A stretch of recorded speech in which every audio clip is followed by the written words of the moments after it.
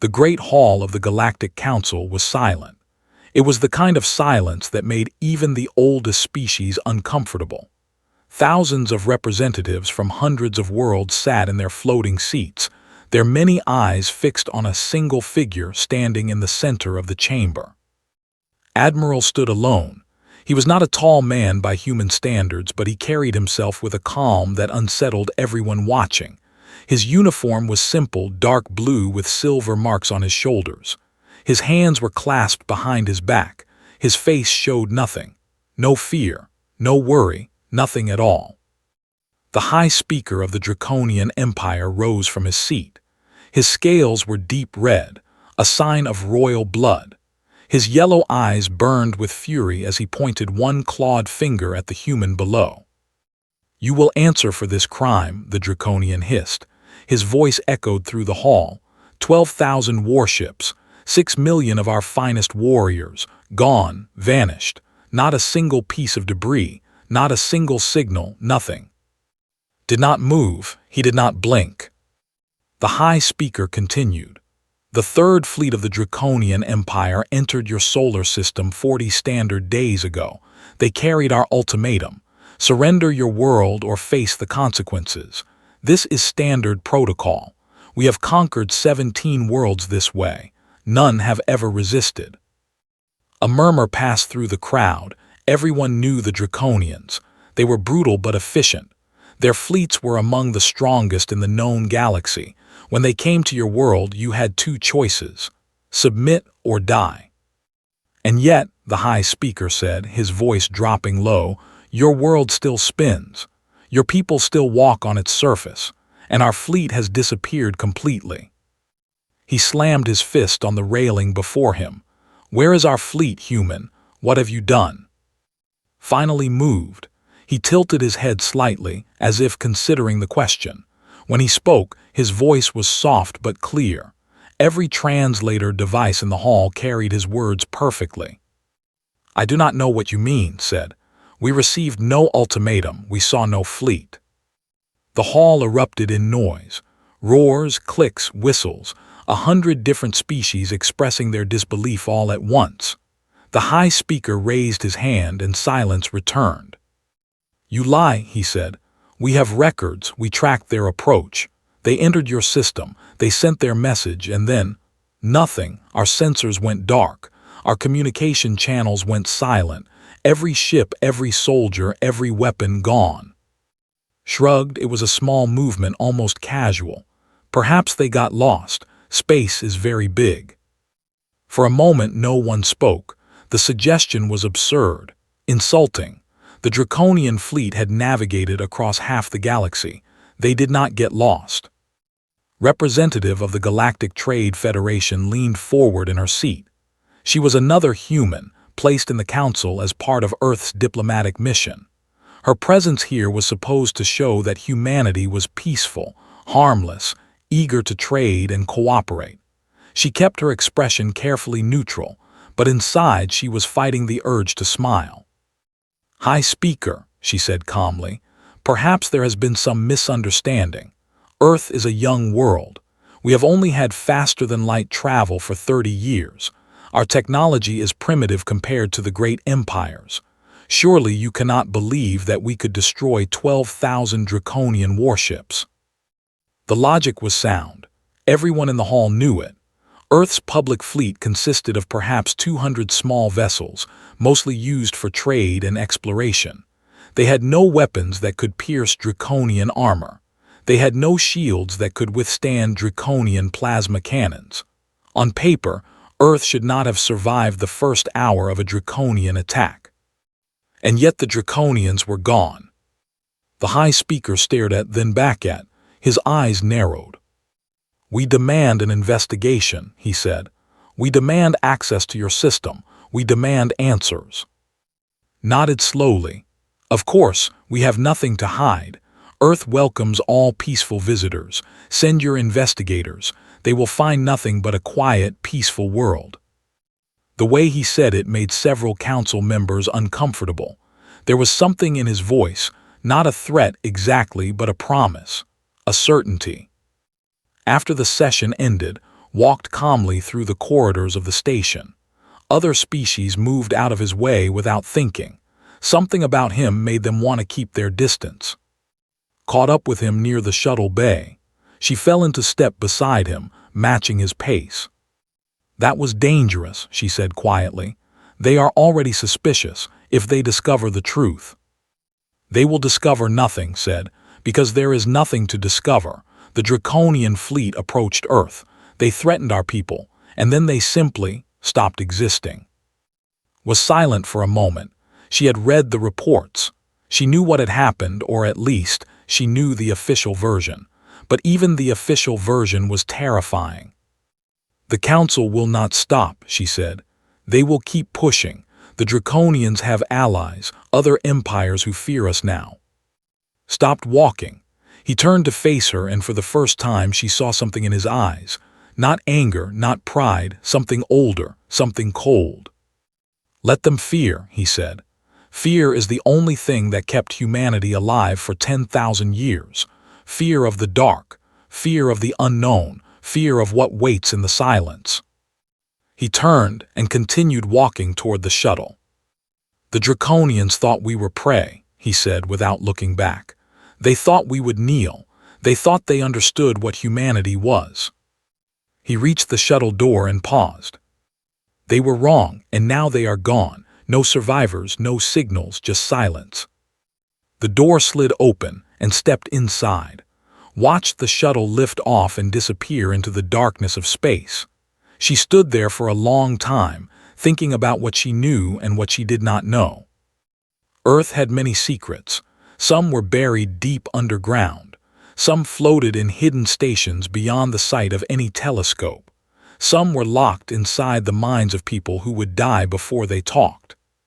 But one secret was becoming harder to keep. One truth was spreading through the galaxy like a whisper in the dark. Humanity was not what it seemed, and the Draconians had learned this lesson too late.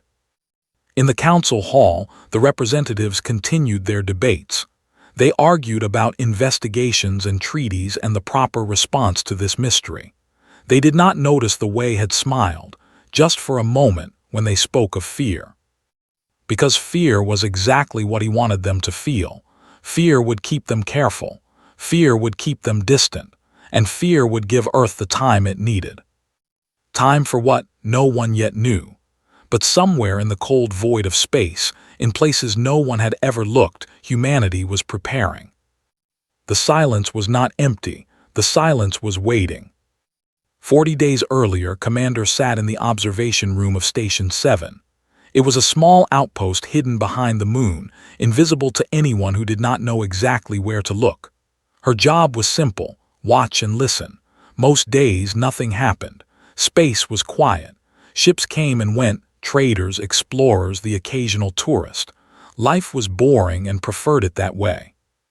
Then her screen lit up red. She leaned forward, her coffee forgotten. The sensors were detecting something massive entering the outer edge of the solar system. Not one ship, not 10 ships, thousands of ships moving together in a formation that stretched across millions of kilometers. "That cannot be right," she whispered to herself. She ran the scan again, same result. 12,000 warships, Draconian design, weapons hot, heading directly for Earth. Did not panic. She had trained for this. Every member of the Silent Watch had trained for this moment since they were young. She pressed the button that would send an alert to the surface, to the hidden bunkers, to the people who needed to know. Then she sat back and watched the fleet approach. On Earth, in a small office beneath a mountain in the southern region, General received the message. He read it twice. Then he picked up a phone that connected to exactly 3 people in the world. "It has started," he said. "They are here." The 3 people on the other end of the line said nothing. They already knew what to do. Decades of planning, centuries of preparation. The time had finally come. In the sky above Earth, the Draconian fleet continued its approach. Their commander was a warrior named, a veteran of 17 conquest campaigns. He had destroyed worlds. He had broken empires. He had never lost a single battle. stood on the bridge of his flagship, the Crimson Fang, and looked at the small blue planet growing larger in his view screen. It was a beautiful world, he had to admit. Blue oceans, green lands, white clouds, almost peaceful. Such a waste, he said to his second-in-command. This world would make an excellent colony. The climate is pleasant. The resources are rich, but our orders are clear. His second, a younger Draconian named Thorn, nodded. The humans refused to join the Empire willingly. They must be made an example. Correct, pressed a button on his command chair. Open a channel, all frequencies. I want every creature on that planet to hear my voice. The communication officer worked quickly. Within moments, the message was broadcasting across every radio, every television, every device capable of receiving a signal on Earth. People of Earth, began. His voice was deep and cold, translated into every human language simultaneously. I am commander of the Draconian Empire. Your world has been chosen for conquest. You have 72 hours to surrender completely. Your governments will step down. Your militaries will disarm. Your people will become subjects of the Empire. He paused, letting the words sink in. If you comply, you will be treated fairly. You will work, you will serve, you will live, but if you resist, there will be no mercy. Your cities will burn, your oceans will boil, your species will become a memory. He ended the transmission and leaned back in his chair, satisfied. He had given this speech many times before.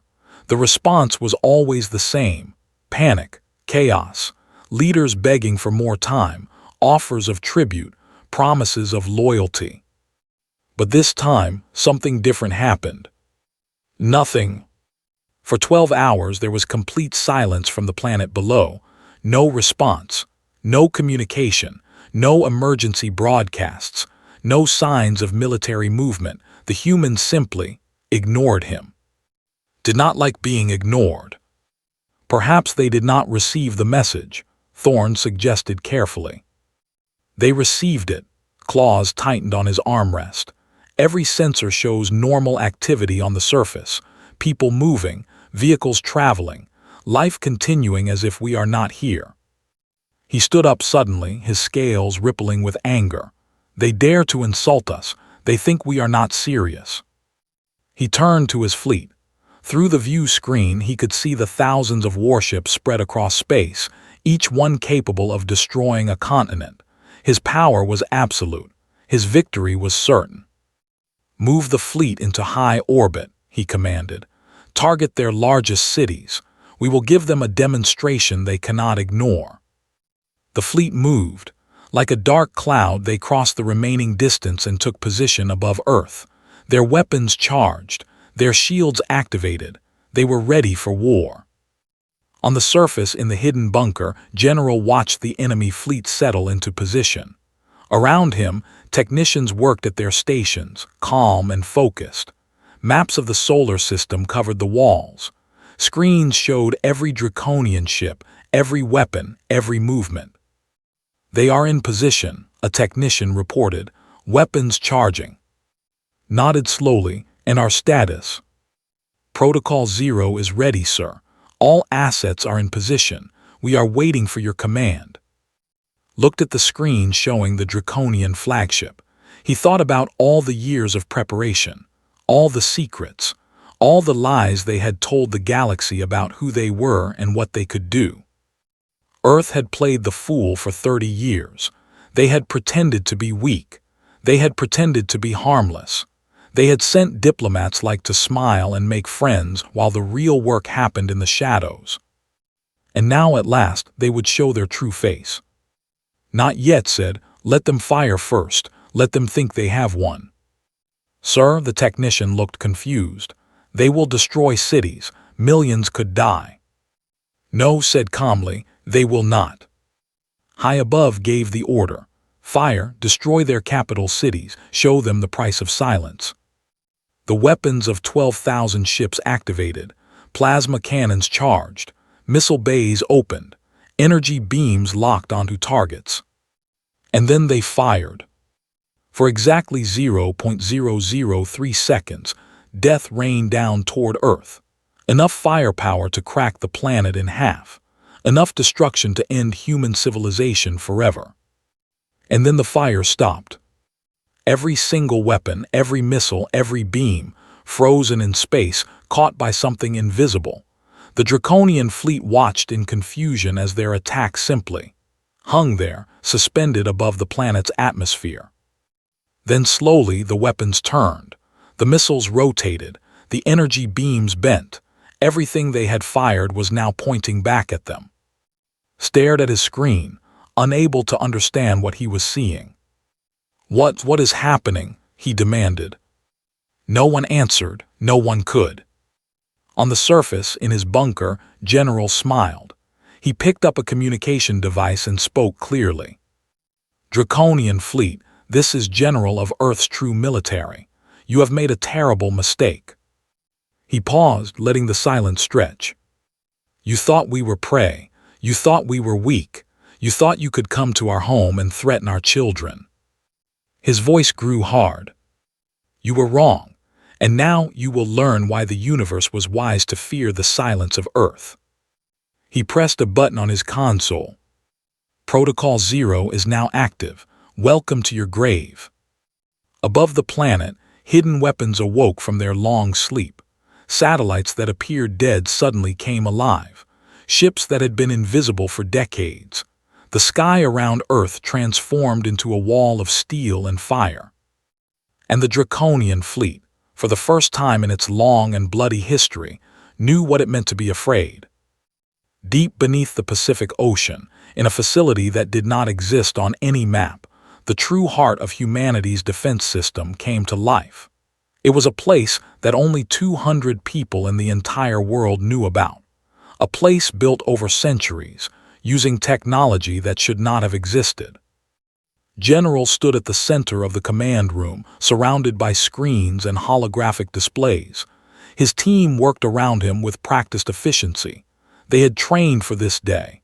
Their parents had trained for this day. Their grandparents had trained for this day. Because humanity had known the truth for a very long time. The year was 1947 when everything changed. A ship had crashed in the desert of a country called America. It was not from Earth. The beings inside were long dead, killed by the impact, but their technology survived. Their records survived. And when human scientists finally broke through the alien language, they discovered something terrifying. The galaxy was not a peaceful place. It was full of empires and predators, species that conquered and enslaved, civilizations that burned worlds for pleasure, and they were coming. Sooner or later they would find Earth. That was the day humanity made a choice. They would not be victims, they would not be slaves, they would prepare. For 80 years, the nations of Earth pretended to fight each other. They pretended to waste their resources on petty conflicts, but in secret, they worked together. The crashed alien technology was studied and improved. Hidden factories were built in the deepest oceans and the highest mountains. Weapons were designed that the galaxy had never seen. When humanity finally developed faster-than-light travel, using technology they claimed to have invented themselves, they already had a plan. They would pretend to be weak. They would pretend to be friendly. They would smile and trade and make the galaxy believe they were harmless. And all the while they were building. Now standing in the command center, watched as decades of preparation finally proved its worth. The screens showed the Draconian fleet, trapped above Earth, surrounded by weapons they could not see. "Status report," he said calmly. A woman named Sumi stepped forward. She was the chief engineer, responsible for the technology that made all of this possible. "All defense grids are active," she reported. "The gravity anchors have locked their weapons in place. Cloaking fields are holding. The enemy has no idea what they are facing." Nodded the suspended weapons. "Stable. We can hold them indefinitely or release them back at the enemy on your command." Above the planet, Commander was losing his mind. His flagship sensors showed nothing. His weapons would not fire. His shields were active but somehow felt useless, and the voice of that human general still echoed in his ears. "This is impossible," he said for the 10th time. "They are primitives, they have no technology," our intelligence said. "Your intelligence was wrong," came a calm voice over the communication channel. Spun around. On his main screen, a new image had appeared. A woman in a dark uniform, her black hair pulled back tightly. Her eyes were cold and steady. "I am Director Myra," she said. "I lead Earth's External Security Division. You have entered our space without permission and threatened our population. These are acts of war." Tried to speak, but his throat was dry. He forced the words out. "You cannot defeat us. We have 12,000 ships. You have nothing." Myra smiled. It was not a friendly smile. "Let me show you something," she said. The view screens on every Draconian ship suddenly changed. Instead of showing Earth, they showed ships, human ships, thousands of them all at once. They were not the small trading vessels the galaxy knew about. They were massive, warships that dwarfed even the largest Draconian cruisers, weapons that glowed with power that should not exist. "We have 10,000 battle cruisers," Myra said calmly. "We have orbital defense platforms on every moon in this system. We have weapons that can fold space itself. And we have been waiting for this moment for 80 years. Staggered backward, his second thorn caught him. Hal whispered, "How is this possible? You are young. Your species only achieved space travel 30 years ago." Myra leaned forward, her face filling the screen. "That is what we wanted you to believe. That is what we wanted everyone to believe. The galaxy is full of predators, Commander. We learned that lesson long ago, and we decided that if the universe was going to be cruel, we would be." In the command center beneath the ocean, watched the exchange with satisfaction. Everything was going according to plan. The Draconians were trapped. Their weapons were useless. Their fleet was surrounded. But this was only the beginning. "Director Myra," he said through his communication device, "proceed to Phase 2. On the screen, Myra nodded. She turned back to face. "You have one chance," she said. "Surrender now, deactivate your weapons, lower your shields, submit to capture and trial." His pride flared. Even now, facing impossible odds, he could not accept defeat. He was Draconian. His people did not surrender. His people conquered. "Never," he spat. "We will fight to the last warrior, we will." "I hoped you would say that," Myra interrupted. She pressed a button on her console. Throughout the Draconian fleet, something strange began to happen. The ship system started failing. Lights flickered. Engines stuttered. Life support systems began to shut down. "What is happening?" screamed at his crew. "Report." "Sir, our systems are being infected," a technician shouted. "Some kind of program. It is taking over everything. We cannot stop it." In the command center, a young man named smiled at his screen. He was the head of cyber warfare, and this was his masterpiece. For years, he had studied alien technology. He had found weaknesses. He had written programs that could slip past any security, any firewall, any defense. "The virus is spreading perfectly," he reported to. "Their fleet will be completely disabled in approximately 4 minutes. Nodded, and the containment fields. "Ready, sir. No signals will leave this system. No one will know what happened here." That was the key. The galaxy could not know the truth, not yet. If word spread about what Earth could really do, every empire in the known universe would unite against them. They would face not one fleet but hundreds. They needed more time. So the Draconian fleet had to disappear completely. No survivors, no signals, nothing but silence. On the Crimson Fang watched his empire crumble around him. His ship was dying. His fleet was dying, and there was nothing he could do. "Why?" he asked the image of Myra still watching him from the screen. "Why did you pretend to be weak? Why the lies?" Myra's expression did not change.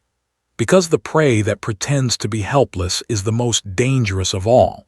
Because the predator that looks weak can get close to its enemies.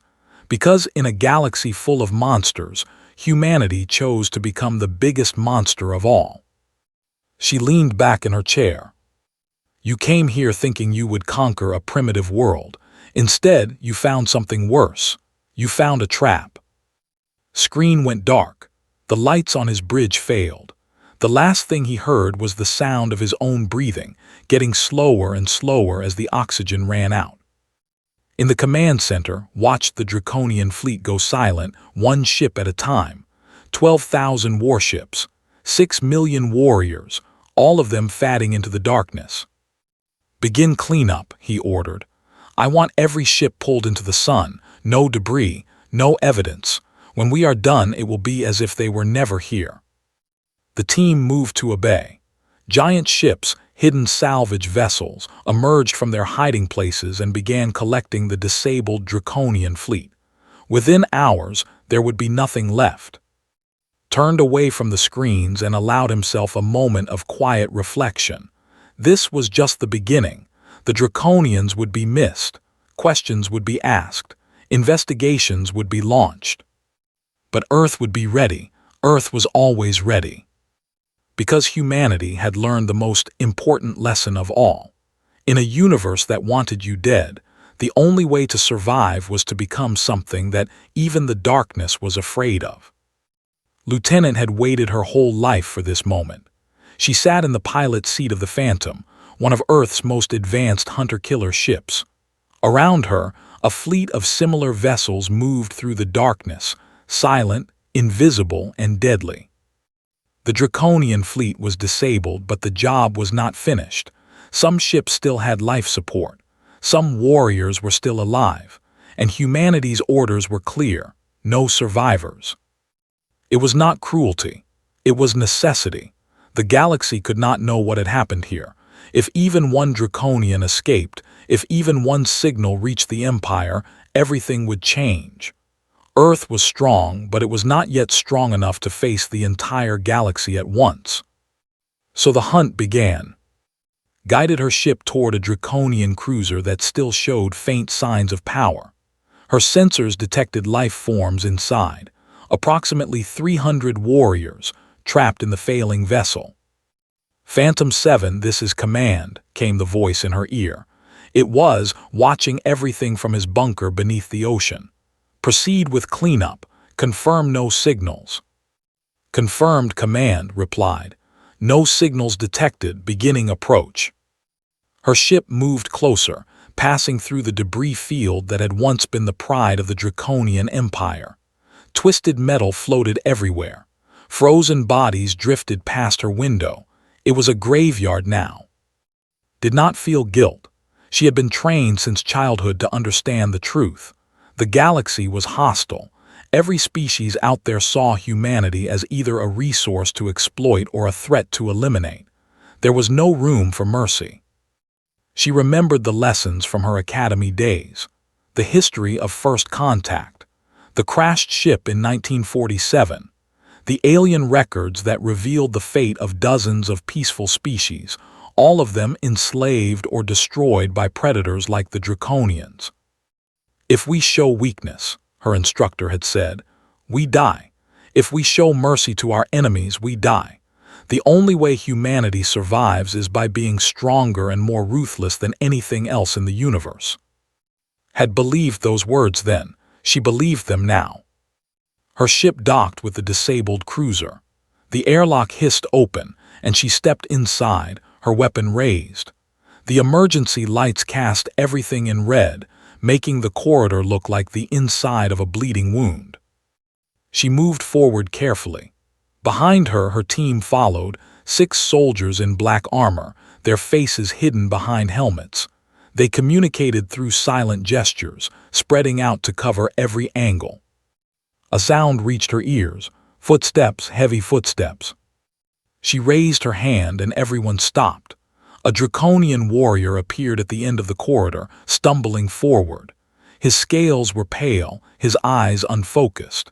He was suffocating slowly as the ship's air ran out. He saw her and tried to raise his weapon, but his movements were slow, clumsy. Before he could fire, had already pulled her trigger. A beam of light shot forward and struck him in the chest. He fell without a sound. "Move," she ordered. "We need to secure the bridge." They continued through the ship, room by room. Every Draconian they found met the same fate. Some tried to fight. Some tried to surrender. It did not matter. The orders were absolute. On the bridge they found the captain, a female Draconian with silver scales. She sat in her command chair, breathing heavily, her eyes fixed on the door as entered. "Human," she said, her voice weak, "I know what you are." "Stopped, what am I?" The captain laughed bitterly. "Monsters, you pretend to be peaceful, you smile and trade and make friends, but underneath you are monsters, worse than us, worse than anyone." Considered the words, then she shrugged. "Maybe," she said, "but we are alive and you are not." She pulled the trigger one final time. Across the battlefield, similar scenes played out on every disabled ship. Human teams boarded the vessels, eliminated any survivors and prepared them for disposal. It was efficient, methodical, and complete. In his command center, monitored the operation with cold precision. A screen beside him showed the progress, ship after ship going dark, one by one. "General," Sumi said, approaching him, "we have a problem." Turned, "What kind of problem?" "One of the Draconian ships managed to launch an escape pod before we could disable it completely. It is heading toward the edge of the system." His expression did not change, but inside his heart rate increased. An escape pod meant witnesses. Witnesses meant exposure. "Track it," he ordered. "Intercept before it reaches the boundary." "Already done, sir. Lieutenant is closest. She has been diverted." Received the new orders and changed course immediately. Her ship was fast, the fastest in the fleet, but the escape pod had a head start. She pushed her engines to maximum, watching the distance shrink on her sensors. Inside the escape pod, a young Draconian technician named huddled in the darkness. He was not a warrior. He was just an engineer assigned to maintain the communication systems. When the attack began, he had panicked and run. He had found the escape pod almost by accident. Now he was alone in the vast emptiness of space, flying toward the edge of the solar system. If he could just reach the boundary, he could activate his emergency beacon. The Empire would hear. The Empire would know. His hands trembled as he checked his course. Almost there, just a few more minutes. Then his sensor screen lit up. Something was coming, something fast. Stared at the approaching ship with growing horror. It was not Draconian, it was human, and it was gaining on him. "No, no, no," he whispered. He pushed his engine harder, but it was useless. The human ship was 3 times faster than his pod. Within minutes, it was beside him. He looked out his small window and saw the sleek black vessel, its weapons already glowing with charged energy. A communication channel opened. A woman's voice filled his pod. "Draconian vessel," the voice said calmly.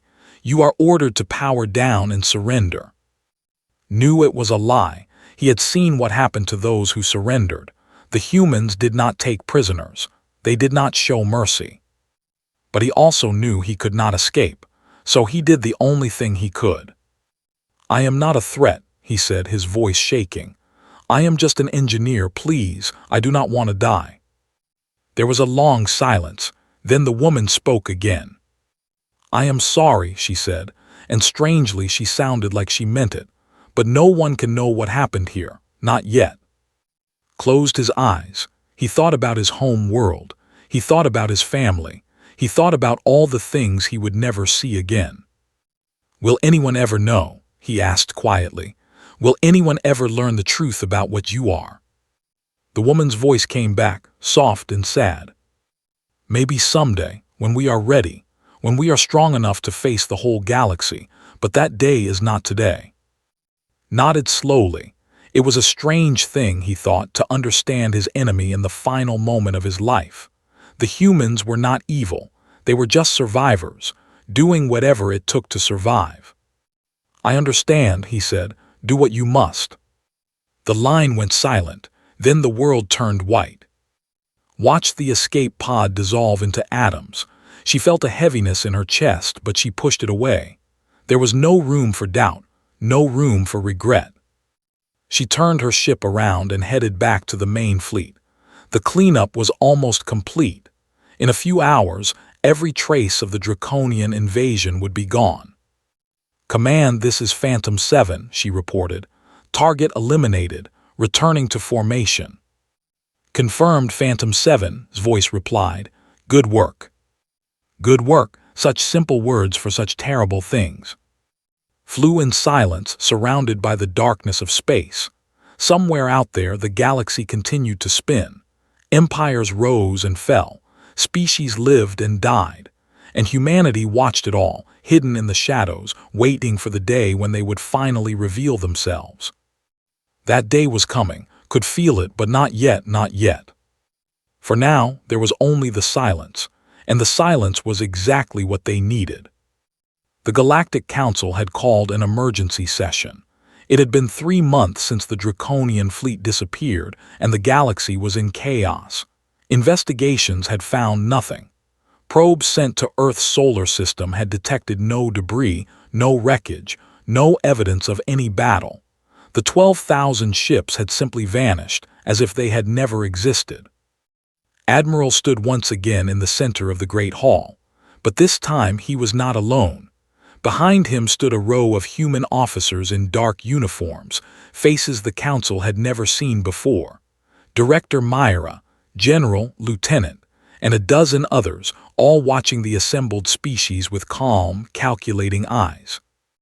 The High Speaker of the Draconian Empire was shouting. His red scales had turned almost black with rage. "This is unacceptable," he roared. "You have destroyed our fleet, you have murdered our warriors, and you stand there pretending innocence." Said nothing, he simply waited. The High Speaker continued. "We demand justice. We demand blood. The Draconian Empire calls upon all civilized species to unite against this threat. Earth must be punished."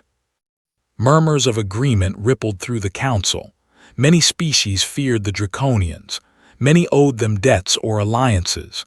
The vote that was coming, a vote to declare war on Earth, would likely pass. And that was exactly what had been waiting for. He raised his hand and the hall fell silent. Every eye turned to him. "You want the truth," he said softly. "Very well, I will give you the truth." He pressed a button on his wrist device. The holographic displays throughout the hall flickered and changed. Instead of showing the council chamber, they now showed space, the darkness beyond Earth's solar system. 40 days ago, began, the Draconian Third Fleet entered our space. They threatened our world. They demanded our surrender. They fired upon our cities. The High Speaker started to interrupt, but's voice grew louder. "They thought we were weak. They thought we were primitive. They thought we would fall in a single day." He pressed another button. The displays changed again. Now they showed recordings, actual footage from the battle. The Council watched in stunned silence as the Draconian weapons froze in midair. They saw the human ships. They saw the virus spread through the enemy fleet. They saw the destruction. "We are not weak," said, his voice cold as ice. "We are not primitive. We have been watching the galaxy for 80 years, learning your technologies, studying your weaknesses, preparing for the day when someone would come to our world with fire and death." The High Speaker's scales had gone pale. This is impossible, your technology. Where did you get this?" Smiled slightly. "From you, from all of you, every ship that entered our space, every trade mission, every diplomatic exchange. We learned, we adapted, we improved, and now we have surpassed you all." Representative stepped forward. She was no longer playing the role of the harmless diplomat. Her eyes were hard, her posture confident. "For decades," she said, "humanity has been dismissed as children. We have been ignored, patronized, and threatened. We accepted it because we were not ready. We needed time to build, time to prepare. She looked around the hall, meeting the eyes of species who had once looked down on her. That time is over. Nodded and pressed his device again. The displays changed one final time. Every representative in the hall gasped. Some screamed. Some simply stared in disbelief. The image showed Earth's solar system, but it was not the solar system they knew. Hidden stations surrounded every planet. Massive shipyards floated in the asteroid belt, and ships, thousands upon thousands of human warships, filled the space around their world like a cloud of metal and death. "This is the Earth Defense Network," said calmly. 10,000 heavy cruisers, 50,000 fighters, orbital defense platforms on every major body in our system, weapons that can destroy planets, shields that can stop fleets. He paused, letting the numbers sink in. The Draconian Third Fleet was the largest armada your empire ever assembled. It took us 8 seconds to disable it completely. 8 seconds. The high speaker was trembling. His voice came out as a whisper. What do you want?" His expression did not change. "We want peace. We have always wanted peace. Humanity does not seek conquest. We do not want your worlds. We do not want your resources. We simply want to be left alone." He stepped forward, his voice growing harder. "But if peace is impossible, if the galaxy insists on treating us as prey, then we will show you what prey can become when it is cornered. We will show you the truth behind humanity's silence." He stopped directly in front of the high speaker's floating platform, looking up at the terrified Draconian. "Your fleet came to our home and threatened our children. They are gone now. No survivors, no signals, nothing but silence." His voice dropped to a near whisper. "Send another fleet and the same thing will happen. Send 10 fleets. Send 100. It does not matter, because you cannot kill what you cannot find. You cannot defeat what you cannot understand, and you cannot threaten those who have nothing left to fear." The hall was completely silent. No one moved, no one breathed. Then slowly turned and began walking back to his delegation. Halfway there, he stopped and looked over his shoulder. "The vote you were planning, the vote to declare war on Earth, you may proceed if you wish. We will not try to stop you." He smiled again, and this time there was something ancient and terrible in that smile. "But I would advise you to consider carefully. The Draconian Empire was one of the most powerful forces in the galaxy. They sent their best warriors, their greatest ships, their most advanced weapons." He turned to face the council one last time. "And we erased them in a single night, without losing a single soldier." He let the words hang in the air. "Imagine what we would do to you." With that, he turned and walked out of the hall.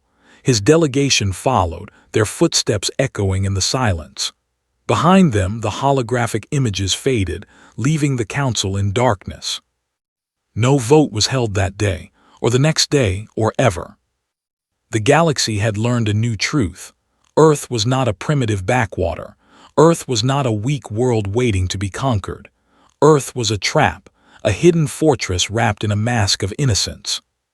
And the species that had built that fortress, those small, short-lived, seemingly fragile creatures called humans, they were the most dangerous things the universe had ever seen. In the weeks that followed, everything changed. Empires that had once ignored humanity now sent ambassadors bearing gifts. Species that had threatened war now begged for trade agreements. The Draconian Empire, shattered and humiliated, retreated to their home worlds and closed their borders. And Earth continued as if nothing had happened. Their people went to work. Their children went to school. Their cities hummed with ordinary life. But deep beneath their oceans, in hidden bases scattered across their solar system, humanity's true military continued to grow. New ships were built. New weapons were designed. New plans were made. Because knew the truth, peace never lasted forever. Sooner or later, the galaxy would forget its fear. Sooner or later, another enemy would rise. And when that day came, humanity would be ready. Admiral stood on the observation deck of Earth Station 1, looking out at the stars. Behind him, the fleet waited in silence, endless rows of warships, hidden from the universe, patient as death. "Sir," a young officer said, approaching carefully, "the Council has officially withdrawn all hostile resolutions. Earth has been granted full sovereignty and non-interference status." Nodded slowly. "Good, that buys us time." "Time for what, sir?" Was silent for a long moment. When he finally spoke, his voice was soft. "Time to become strong enough that no one ever threatens us again. Time to build weapons that can break empires. Time to become something the galaxy has never seen." He turned to face the young officer. "We are no longer prey," he said. "We never were. We were always predators hiding in the tall grass, waiting for the right moment to strike." He looked back at the stars, the endless, hostile, beautiful stars. "And now the waiting is over. Now the galaxy knows the truth." He smiled. "There are no survivors, there are no signals, there is only Earth." And there was only silence.